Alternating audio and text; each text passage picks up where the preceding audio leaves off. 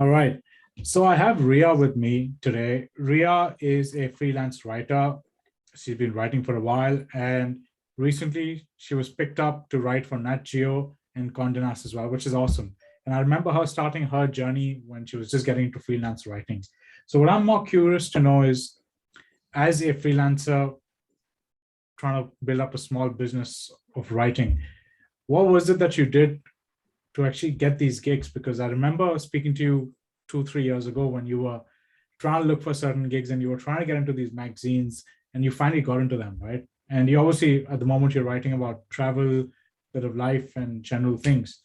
So, what was it that really got you to work for them? Because it's amazing, right? We were talking about this 2, 3 years ago, and you told me I want to work for these 2, 3 companies, and somehow or the other you made it, right? Doing freelance gigs for them. So, tell me a little bit about that. I think it's been a long journey, and this is not my first gig, so this is not where you always get to start.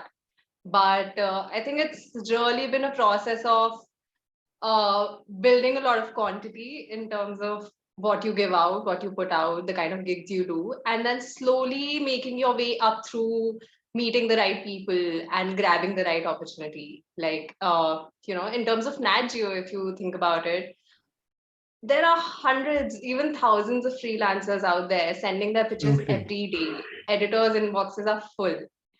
What is it that can make you stand out? It's that extra step. It's that going that extra mile where you actually refer to the masthead, find out who the editor is, reach out to them personally.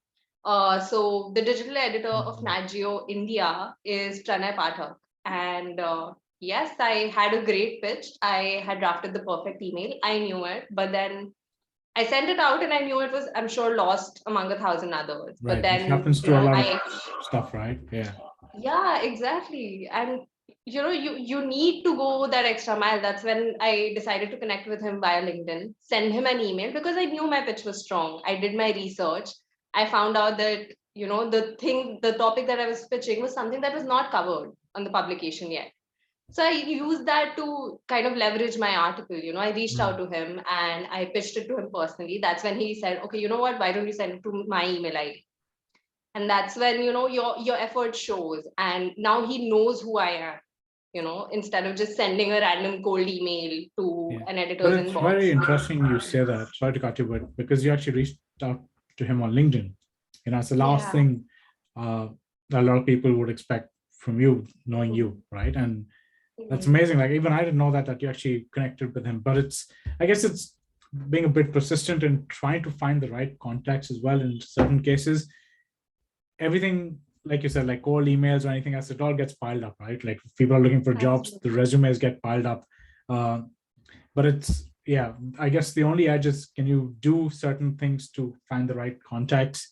But then end of the day, look, you got to be good as well, right? Like that's the whole thing. Like you can say all you want about, that's what they say in marketing as well, right? Like we do this, we can do that, we can do all this magic, but you got to be good at what you do, and you got to have something that's a bit more attractive to the other person. Absolutely. And you need to fill a gap. Everyone is writing about everything these days. What is it that you can bring that the editor hasn't read about till now or covered yet? Or right. what is that extra research that you're doing that makes your content unique? Yeah. So that gives them an incentive to actually hire you. It's that little differentiation, right? Like that's why I always believe that being individual to yourself is your biggest difference, because everyone's doing something similar, but how do you bring your own style to something? How do you bring your own conversations? And again, everyone's not going to like what you do, right? It's just finding those right key people. It was so interesting because when I started in this new transitional world, I used to think whatever I'm doing, everyone's going to like. It only took me a lot of kick up the butts to realize, oh no, like what I'm offering or what I'm talking about is not going to resonate with everybody.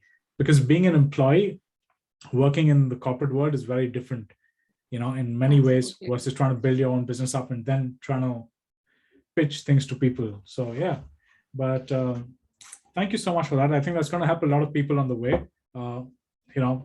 Probably if we sum it up, little key differentiation, make that little extra effort, and try to stand out from everybody else.